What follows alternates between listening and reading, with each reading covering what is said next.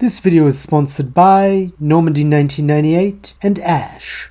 Hey everyone, to celebrate the milestone of 5,000 subscribers, I thought I'd do something a bit different, dip my toe into perhaps the biggest what-if moment of Jujutsu Kaisen to date, to the point where the chapter of this story is literally called What If. That being, what if Junpei Yoshino survived? Depending on how you like this, it could well develop into a full story, so be sure to tell me what you think of this story in the comments below. And while you're there, why not like the video, subscribe to the page, and turn on notifications so you never miss out on an upload. But with that said, let's get on with the story.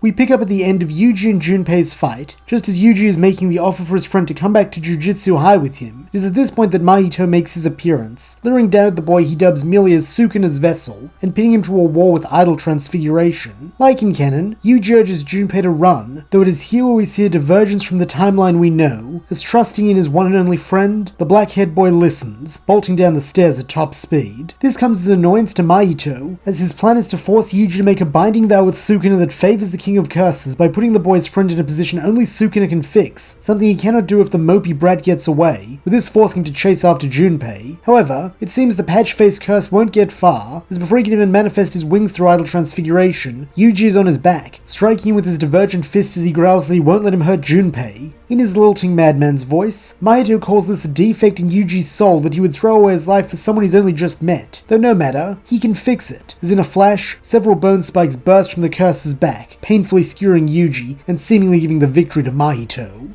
Though, as Mahito himself well knows, appearances can be deceiving, as when he touches Yuji's soul, so does he touch Sukuna's, with the special grade curse rebuffing him with a painful warning that he will not allow him to do so again. This provides just the opening Yuji needs to recover and send Mahito flying, though to his surprise when he follows after the curse, he finds himself with a new ally, Junpei, who has manifested his moondregs once again, as he attempts to poison and paralyze Mahito, who he claims is no different from his human tormentors, a statement which makes the pale-haired monster giggle, as it is a fascinating but flawed summation, as he is far more deadly. Nonetheless, Junpei does prove a considerable thorn in Mahito's side, as while he is not able to down him, his attacks do necessitate repeated idol transfigurations to cordon off the poison or slip out of its grip, during which time Yuji can hit him with a flurry of divergent fists. Were this not bad enough, it is not long before Nanami enters the fray as well, with it becoming clear that in a 3v1, Mahito has no chance, as he is forced to reckon with the possibility of his own death. However, in doing so, he is able to trigger his self-embodiment of perfection early, trapping Nanami inside. He then attempts to go for the kill on the salaryman sorcerer, though before he can, Yuji proves himself as equal parts surprising and resourceful once again, as through sheer force of will he punches his way into Mahito's domain expansion. This also brings Mahito and Sukuna's souls into contact once more, and making good on his promise, the King of Curses seriously wounds his weaker contemporary, forcing him to flee, though not before vowing revenge on all of them. While Yuji is naturally disappointed by this outcome, he is also relieved as everyone managed to survive, or at least, almost everyone, as when he looks back to Junpei, he reasserts the offer he made to him before Mahito's interruption, to join him at Jujutsu High and investigate his mother's death together. Nodding glumly, Junpei at last agrees, stating that they should get going, though before they can, Nanami suggests they hold a short memorial for Junpei's mother, as while he hates working overtime, he does not want either boy to have regrets, so as the adult, he'll swallow this inconvenience.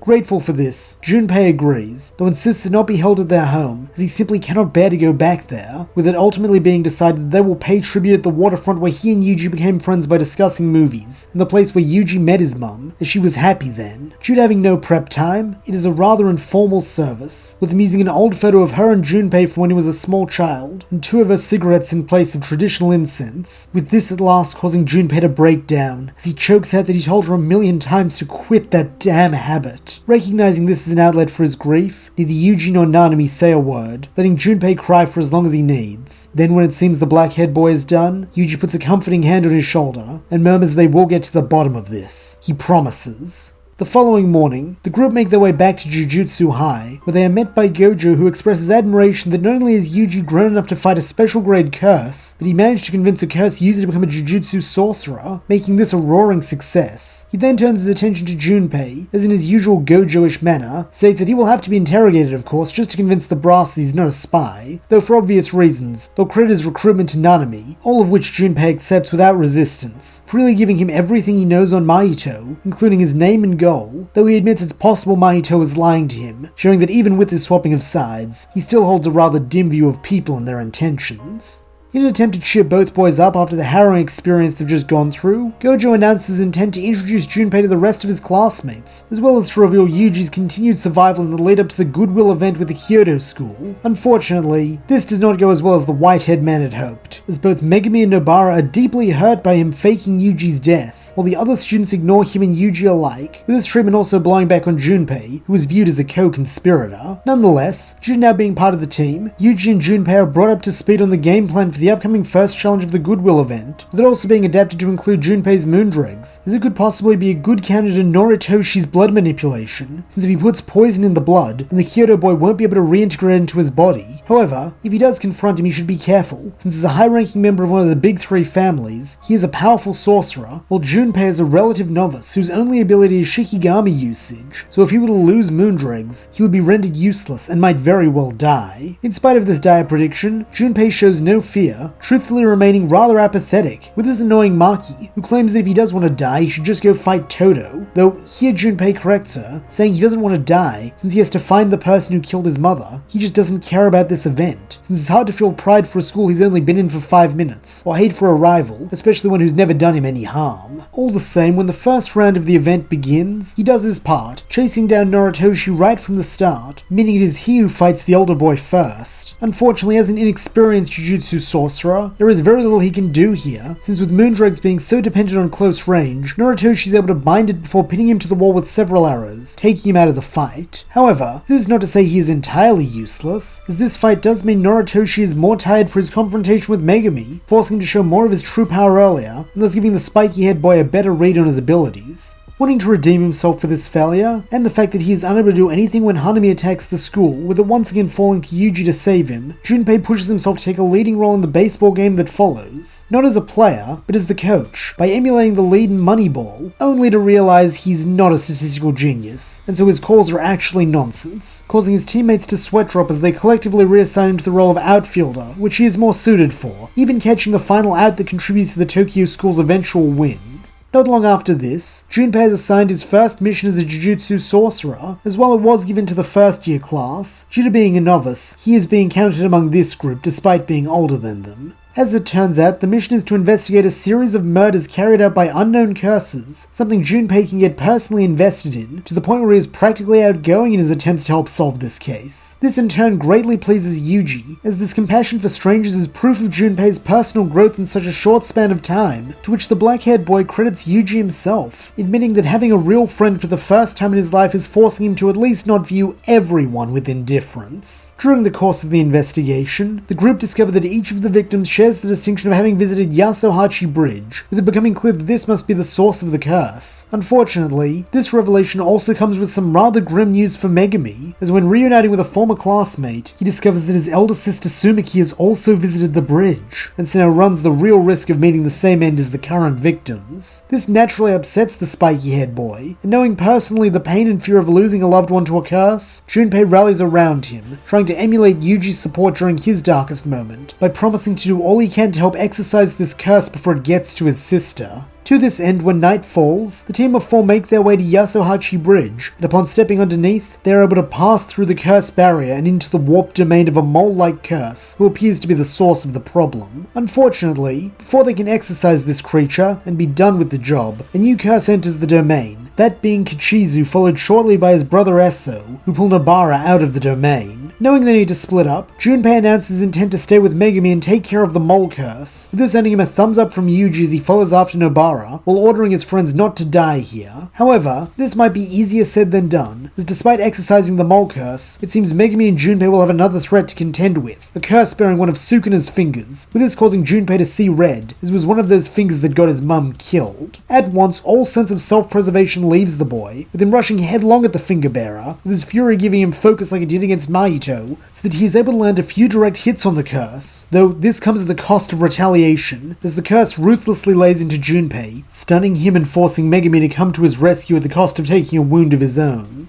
In a perplexed voice, Junpei questions why Megumi would do this. Though sighing the other boy doesn't understand him at all, Megumi explains that he didn't save him because he was right or noble. He did it because it's what his conscience told him to, and that's the only morality he follows. He then elaborates on why stopping Sumiki from being cursed is so important to him, as he had grown up hating the world and only caring for her as the one truly good person he'd ever known. This resonating with Junpei, who states that it was the same with him and his mother. Grimacing slightly, Megumi replies that he figured something like that was the case, since just now Junpei was willing to die if it meant destroying that curse. This reminding him of something Gojo-sensei told him after the baseball game. There's a difference between winning and dying, and winning even though you die. Not quite following, Junpei asks what the other boy means, to which Megumi answers that a self-sacrificial player is a limit one puts on themselves, since if they're just gonna die to win, there's no need to go beyond their limits. But what if instead of thinking that way, they did try to go further, to think about their own growth for once, to imagine future versions of themselves who freely surpass their limits, and selfishly chase that ideal even if it kills them.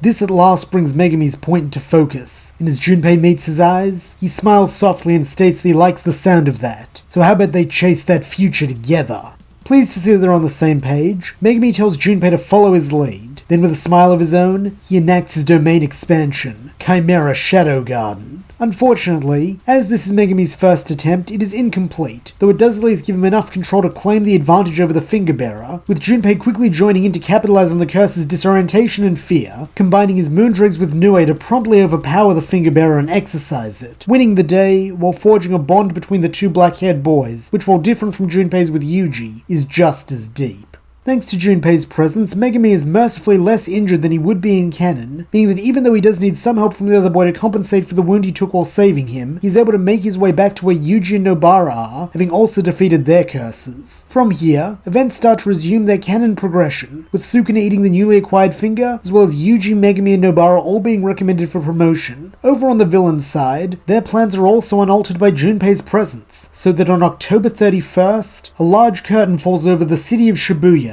imprisoning the non-sorcerer civilians inside. Naturally, this necessitates action by Japan's Jujutsu Sorcerers, with it being decided they will split up into 4 teams, with Yuji and Junpei being assigned to Meimei's team in the cemetery. However, this all changes when word reaches them that more curtains are being formed on the rail line, forcing them to investigate with Meimei's crows uncovering some even more troubling news upon their arrival, that below them is a mass of transfigured humans, which means one thing. Mahito is here, and as Yuji and Junpei share a look, it is clear they are thinking the same thing. This time, they won't let him get away.